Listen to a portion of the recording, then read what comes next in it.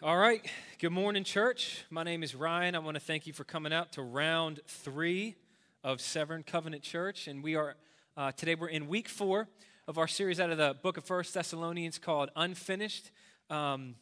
The heart and the idea behind this series is that one of the things that we all have in common is that none of us are finished yet, and all of us want to finish well.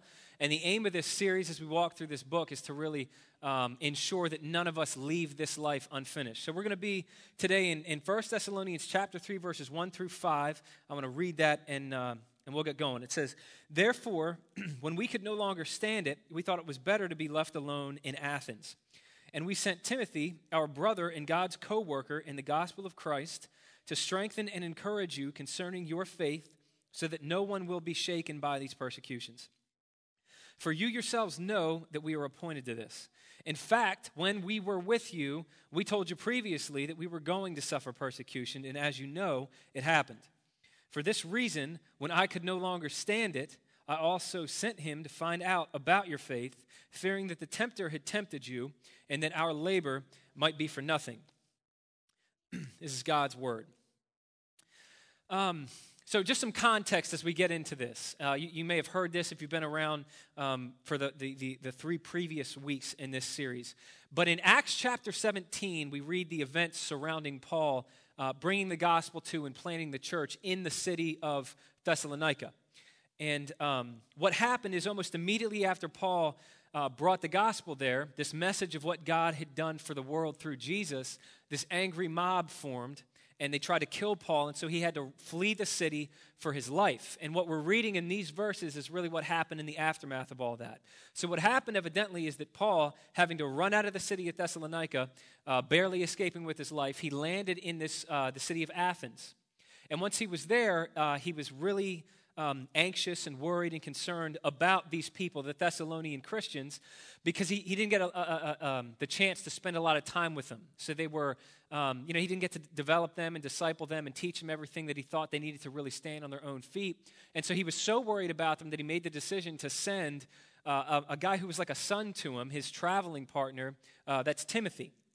And sending Timothy away from himself back to the Thessalonians was something that was really hard for Paul, which he alludes to in this passage, because when he says that he made the decision to be left alone, the word that he uses there really describes how much emotional pain it caused him to have to part ways with this man Timothy, who was really like a son to him. And so the question that's raised is, why would Paul, at such cost to himself, decide to part ways with Timothy in order to send him back to the Thessalonians? And the answer to that question is really going to be the main idea of today's talk, and that idea is this. It's that other people are one of the greatest tools God uses to make sure that we don't leave life unfinished. That's why Paul sent Timothy back to these people he was writing this letter to. Paul knew that if the Thessalonians were going to live the lives that God had called them to live and become the people that God had called them to be, they were going to need more than just a letter. They were going to need a person in their life. And so since he couldn't go back there without almost signing his own death sentence, the next best thing for him was to send Timothy. And what we're going to see in this passage is 3 things that the Thessalonian Christians needed somebody else to do for them that they simply could not have done for themselves. So what we're going to talk about this morning is 3 ways that God can use other people in our lives to develop us and strengthen us and grow us so that we don't leave life unfinished. So we're going to pick it up in 1 Thessalonians chapter 3. We'll start in verse 1. It says this: "Therefore, when we could no longer stand it, we thought it was better to be left alone in Athens. And we sent Timothy, our brother and God's co-worker in the gospel of Christ, to strengthen and encourage you concerning your faith, so that no one will be shaken by these persecutions." This brings us to our first idea this morning. It's this: it's God uses other people to strengthen us where we are. What I love about these words, what I think is really noteworthy about these opening words in this passage is what they prove, all right? We are living right now in what sociologists and psychologists consider to be the most individualistic culture in the history of the world. And we don't even realize that, especially if this is the only place that we've lived. But just to kind of give you an example of this, I was at, anybody here been to the Hideaway in Odenton recently? fantastic restaurant. So I was there the other week with somebody from our church, and our waitress had an Eastern European accent. We were trying to figure out what it was, and we couldn't put our finger on it, so eventually we just straight up asked her, and she said she was from Lithuania. And so I always take the opportunity to talk to people from other countries just to find out, what it's like to live here and all that kind of stuff. She said something that was really interesting to me. She came to the States a while ago, speaks 4 different languages, which is wild to me. But she said that she just recently returned to Lithuania, and she realized how much living in America had changed her. And what she pointed to as evidence of that is that it weirded her out when she went back home how close people stood to her when they talked to her. Right, that's one of the ways that individualism manifests itself in our country. We really like personal space. Like we like people to kind of be within an arm's length. We're not going to make conversation in an elevator because we're a highly individualistic country. You don't even realize that until you leave this country to go to a place that isn't like that. But one of the ways that individualism kind of manifests itself is in Christianity. And so a lot of people, even inside the church, have a tendency to believe that all you really need is just, to walk an aisle and say a prayer and make a decision and have your personal relationship with God and then, maintain that personal relationship with God just by kind of reading the Bible and prayer, and you're good to go. And what Paul says on the front end of this passage here really proves that wrong. And I say that because Paul knew that the Thessalonians had responded to what God had done for them in Jesus, and they had a personal relationship with Jesus, but Paul knew that if they were going to be the people that God desired them to be, they still needed another person in their life to strengthen them, and it's exactly what we all need. But what this passage goes on to show us is not just that we need other people to strengthen us, but how other people do that and why it's so important for us. Because you notice here, when Paul talks about this, he doesn't say just that he sent Timothy to strengthen them. He says he sent Timothy to strengthen them and encourage them. And the fact that those two words are really paired together should show us that being strengthened and being encouraged go hand in hand. I was reading in a commentary this week that this word that Paul uses in the original language that got translated encourage, that's a word that he used no less than 54 times in the letters that he wrote to all the New Testament churches. And it's a word that he uses 8 times in just this letter alone. And the fact that many times Paul wrote telling us to encourage one another should tell us, if nothing else, that if we're in any way serious about trying to live a life that pleases God, it isn't going to be very long until we need somebody to encourage us. That's not weakness. That's just the way that it is. And like I said on the front end of this teaching, encouragement is just really something that we can't effectively give ourselves. I mean, I don't care how good we get at self-talk or looking in the mirror and pumping ourselves up or whatever it is. There's just something about hearing a word of encouragement from somebody in our life that loves us, that we respect, that's always going to do something for us that we just can't do for ourselves. And as Paul goes on here, he explains why being strengthened through encouragement is so important. He says, so that no one will be shaken by these persecutions.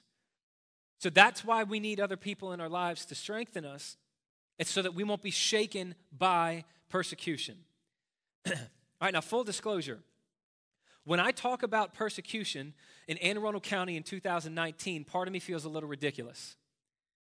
Because in the Roman Empire, about 2,000 years ago when this was written, and even in a lot of places throughout the globe today, there are people who are being beaten and jailed and killed because of the faith they claim in Jesus. And when I think of persecution, that's what comes to mind for me. So when I talk about, me facing persecution or us facing persecution, in our culture, part of me just feels like that's almost an insult. But when you look at what this word that gets translated persecution really means in the original language, what you find is that it's not only is it really relatable, but I guarantee you what Paul's talking about here is something that you experience on a daily basis in your life. Because when Paul talks about, his desire to not see us shaken by persecutions, that word persecution just literally means constant pressure. That's all persecution really boils down to. It's a constant pressure in your life. And this pressure can manifest itself really in one of 2 ways. It can be an internal thing that you experience that largely comes from inside of you, and it looks and it sounds like discouragement or fear or, always feeling like you're inadequate and you don't measure up, or, condemnation and wondering, am I the only one that's done what I've done, and could God possibly forgive me, and does he really love me? Or it's a kind of pressure that can come from the people, that God's put in your life. It can feel like being ostracized or ridiculed or downright rejected for the faith that you claim in Jesus. That's what Paul's talking about when he talks about this persecution. And when you understand it that way, what you realize is no matter what context you're in, anyone who is serious about living out their convictions in any capacity is going to experience what Paul's talking about here. And what this passage is meant to show us is that it's just a matter of time. No matter how strong we think we are, it is only a matter of time before we are shaken by the constant pressure that bombards us, unless we have someone in our life that's dedicated to strengthening us just by encouraging us from time to time, which is exactly why Paul sent Timothy to these Thessalonian believers. So first off, God uses people to strengthen us where we are. But building off of that, in the second half of verse 3, Paul says this. He said, "For you yourselves know that we are appointed to this. In fact, when we were with you, we told you previously that we were going to suffer persecution, and as you know it, it happened." This is our second idea this morning. It's that God uses people to prepare us for where we're going. What Paul is highlighting here is that during the very short amount of time that he did get to have with the Thessalonian Christians, that he spent that time being further along in his relationship with Jesus than they were. He spent that time just letting them know what was ahead of them. That they were headed for hardship, that they were headed for difficulty, that they were headed for persecution, and that there was a real cost in following in the footsteps of Jesus. And the reason that Paul let them know about all that stuff is so that they weren't caught off guard when it became a part of their lives.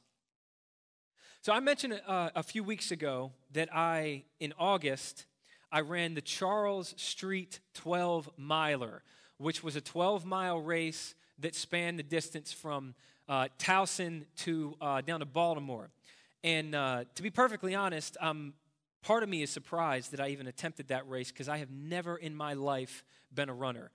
It was used as a punishment against me in high school, and I think I've always kind of had this negative association that I've done something wrong if I was running, so I've avoided it my entire life. But I'm 30 years old now. I already have high blood pressure because of the heart disease in my family. I'd like to thank you for sharing that with me, Dad. Very generous of you. And so I realized last year, shout out to Pops, what I realized last year was I got to do something. 30 years old, don't have a lot of time left, getting ready to finish my race. So I picked up running. And luckily, God in his providence, as he often does, he supplied me with exactly what I needed. So what God did was brought somebody to our church that has actually run a half dozen marathons. And that is our very own volunteer serve coordinator. You may have seen him doing announcements. Sir Reginald Perry himself. All right? Yeah, amen. Amen. Yeah. Yeah, Reggie's getting all kinds of shout-outs today. So Reggie got me ready for this race, and we actually ran it together, which was really cool. But the greatest part of running a race with Reggie is if you're running a race, there's a chance that he's run that race before, which that was the case this time. So I had the benefit of his experience just in getting me ready for this. So I'd never run more than 6 miles in my life. And even when I did that, I was getting ready to step into the light and just go on home to Jesus. So it was nice to have him with me. And what he told me when we were getting ready for the race, he kept saying it's going to be 6 up and 6 down. And what he meant was the first 6 miles are going to be almost entirely an uphill grind, but once you hit that halfway mark, that's when it's going to start to get a little bit easier. So sure enough, we started up in Towson, and daggone if it wasn't like climbing just a slow and steady grind. And so we got going for the first couple of miles, and just knowing we were headed for, we paced ourselves, and we had a game plan and all that kind of stuff. And it was really nice starting up in Towson, because a lot of people came out to cheer us on, made some goofy signs, kids on the sidelines, asking for high fives and stuff, which I took advantage of. And but then we got to the 3-mile mark, and I saw this woman holding a sign and yelling something that I could not understand. Like a sale at Target or something like that, whatever white women like to yell about, all right? I don't know what it was. As we got closer to her, I realized what she was saying was that it was all downhill from that point forward. And that really surprised me because I knew we were only at the 3-mile mark. And I distinctly remember my running coach, Road Dogs, we call ourselves. I remember him saying that the first 6 miles are almost entirely uphill. So as we were passing this woman, Reggie turned to me and he informed me, and actually he also informed the woman holding the sign, that she was mistaken, that she was incorrect. And if anything, this race was about to get a lot harder, and it was not going to get easier anytime soon. So right after we passed this woman, we took a hard left onto Charles Street. And I looked, it was a really straight road, and I looked ahead of me, and it looked like somebody paved the road up Mount Everest. It was one of the most discouraging sights I'd ever seen in my life, and I immediately found myself quite bitter toward the woman who was leading people astray. Now here's the bottom line. The reason I tell that story, I would have loved to listen to what that woman had to say because I was in no mood to climb hills for another 3 miles. But if I'd listened to her, I would have completely messed myself up, been completely not prepared for what was ahead of me, and might not have finished the race at all. And so kind of along those lines, it wasn't the most encouraging thing I'd ever heard when Reggie said, no, this is about to get a whole lot harder and it's not getting easier anytime soon. But at the end of the day, I was thankful that I had somebody there who was with me, who had gone before me, and can therefore help me prepare for what was ahead of me. And what Paul is saying in these verses is that that's exactly what he did for the Thessalonian Christians when they were just getting started this race called following Jesus. Now, I'm convinced that when the Thessalonians had given their life to Jesus, they would have loved for somebody to tell them, hey, it's easy street from here on out. You know, God's number one goal is to give you the best life possible and make you rich and six-pack abs and all that kind of stuff. Everybody loves to hear a message like that God's primary goal is making you happy. But if that's what they had heard and that's what they had bought into, then they would have been completely undone by the cost of following Jesus and the suffering and the difficulty and the hardship that entails. And so what these people needed was somebody like Paul who loved them enough and had wisdom enough to shoot straight with them and let them know what was ahead of them. And that's exactly what every single one of us needs if we want to run this race called life well. Because here's one thing that all of us have in common. Before I say this, let me just mention, this is really how I like to communicate. I don't like to communicate in a way that only makes sense for people who are already Christians. I like to just communicate to people. And so when I'm putting these talks together, I try to find things that we all have in common, regardless of where you're coming from. Here's one of the things that we all have in common. This is your first time being human, right? Unless you have some secret that you should share with the class, this is probably your first time being alive. What that means for you and I is that we are frequently going to find ourselves in uncharted territory in this life. Things that we've never experienced before. Things that we're going through for the first time that are going to catch us off guard. Now, there's a lot of people in this church who have just given their life to Jesus. So they're really right where these people were. First few weeks, first few months, this whole Christianity thing is new for you. That's a major transition. Right? For some of us, God is walking you through a valley, a really deep, dark, difficult valley that nothing could have prepared you for. And you don't know why he's doing this, and maybe you'll never find out why he's doing it on this side. But the point is, it's new for you. Every step is uncharted territory. Or some of us might just be getting ready for some major life transitions. You know, like getting married or having kids, or maybe your kids are moving out. Or some of us might be at a place in life, all jokes aside, where you're really coming face to face with the reality that your life could end soon. You're dealing with the ever-present reality of your own death. I know that's a heavy thing to talk about, but I'm just bringing all this up to say this. At the end of the day, life is hard. It's so hard, in fact, that not a single one of us are going to make it out of life alive. And to me, as hard as life is already, it's just crazy to try to tackle this thing alone. It's crazy to try to tackle all of the twists and turns and transitions that life is going to throw at us.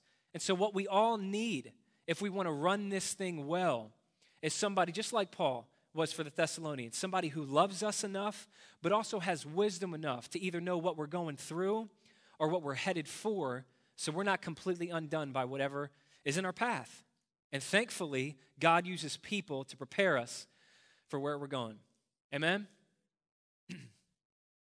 We'll pick it up in verse 5, and this will be the last thing we look at today. Paul said, "For this reason, when I could no longer stand it, I also sent him to find out about your faith, fearing that the tempter had tempted you and that our labor might be for nothing.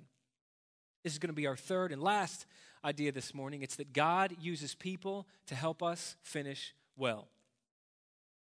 The more that I looked at verse 5 this week, what I just read to you, the more sobering it became to me.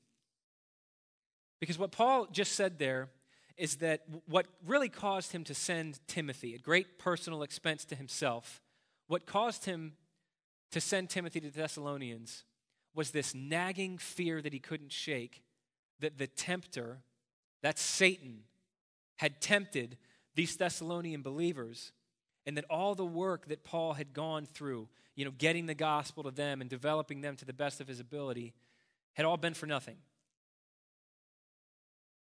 Now, I want to be real clear here. I do not believe that you can lose your salvation once you have it. That's my conviction. And I can see that in a lot of scriptures that I don't have the time to talk about today. But I believe that salvation is a gift that we didn't earn, so we can't unearn it. I think a door is closed behind you the moment that you give your life to Jesus that can't be opened again. However, what I am absolutely certain of that this book talks about and shows us story after story and page after page is that even after you've given your life to Jesus, it is still entirely possible for you and I to get wrapped up in temptation, to fall away, and to go down some paths that lead to nothing but a whole lot of pain for us and for the people around us that are counting on us. And what I believe every single follower of Jesus who's gone down that path has had in common is that not a single one of them had somebody doing for them what Paul was sending Timothy to do for the Thessalonians. And I'll tell you what stood out to me the most about what Paul said in verse 5. He said, when I couldn't stand it any longer, I sent Timothy to find out about your faith. I just want you to think about that for a second. It's really interesting to me that Paul didn't just send a letter to the Thessalonians and ask them directly about their faith. He didn't just write them a letter and say, hey, give me a report about how you're doing. How's your faith going? Is it strong? Is it weak? Is it manifesting itself in your life? He didn't ask them directly. He had to send Timothy to find out for them. Now that implies that this is something that the Thessalonians couldn't have done themselves. They couldn't just look into their own life and find out how their faith is really going. And that makes sense to me. That makes perfect sense to me. Because the Bible says elsewhere in the book of Jeremiah that the human heart is more deceptive than anything else. What that means is there's not a person on this planet who's better at lying to you than you are. And it is entirely possible to move through life completely oblivious to what's really going on inside of you. And if you hear that and you think, well, yeah, that sounds like some people I know, but that doesn't sound like me, it's entirely possible that you're more deceived than they are. But what the Bible says is that we are often the last people to see how serious things really are in our own lives. We're often the last people to see how bad things are for us, how much we've changed, how much we've compromised, or how far down a path we've walked that we once upon a time swore we'd never even step foot on. Or just to quote Paul here, we're the last persons to really know what's going on with our own faith. And so what every single one of us needs is somebody to do for us what Timothy was sent to do for the Thessalonians. We need somebody in our life that we allow close enough to us to know what kind of temptation we're wrestling with. There's not a person alive that's not wrestling with temptation. The only question is, does anybody else know about it? We need somebody that can know what kind of temptation we're struggling with, know what kind of lies we're believing, know what kind of paths we're walking down, because without somebody like that, there's no guarantee that we're coming back. James said it in the final two verses of his letter, his New Testament letter called James. James 5:19 and 20 says, my brothers, if any among you strays from the truth. And what that means out the gate is that no matter how solid any of us thinks we are, any one of us can stray from the truth. Any one of us. He says, if any among you strays from the truth and someone turns him back, let him know that whoever turns a sinner from the error of his way will save his life from death and cover a multitude of sins. What I see James saying there very explicitly is what I see Paul saying here implicitly. which is that the people that we allow in our lives might just be the people that one day save our lives. Because God uses people to help us finish well. Now, if you've been here the last couple weeks, you might have noticed that I've been ending my talks on Sunday morning with quotes from either a famous pastor or author. And I'm going to end today with a quote, but it's not from anybody like that. It's actually from somebody who calls our church home. But they joined the military not too long ago, and so they've been then forced to move away. And as soon as I read this, I knew I was going to use it in today's talk, and I really see it as just God's way of telling us that what we're doing here is the right thing to do. So let me read this to you.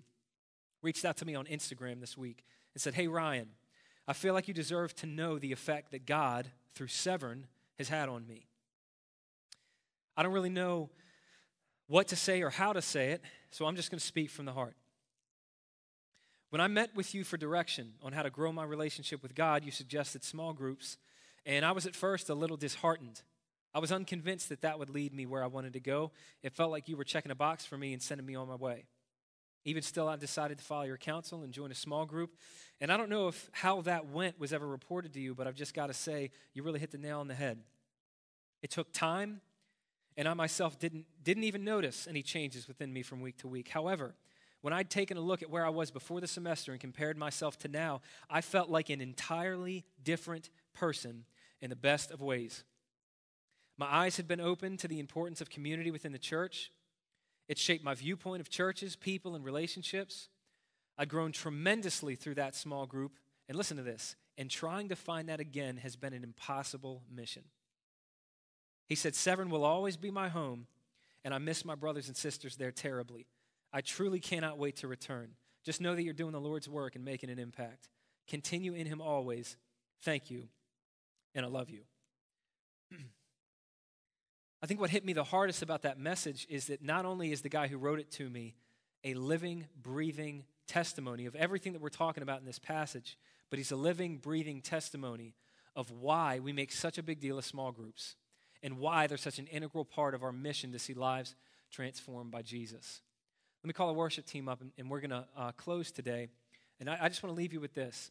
Maybe you're here today and you realize that you really need somebody to strengthen you and encourage you because of all the pressures that are constantly weighing on you from just every angle.